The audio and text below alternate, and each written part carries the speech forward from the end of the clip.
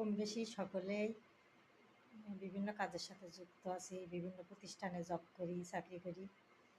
কিন্তু অনেক সময় দেখা যায় যে অনেকে ছেলেমেয়েরা আমরা গুরুত্ব সহকারে আমাদের উপরে লিডার, বাস বড় বড় যে গণ্যমান্য ব্যক্তিগুলো আছেন, বড় বড় স্যারেরা, তাদের আমরা গুরুত্ব দেই না এবং তারা যে কি বলছে বা কি করছে এগুলো আমরা ফলো করি না এবং কি গুরুত্ব সহকারে শুনি না, বুঝি না।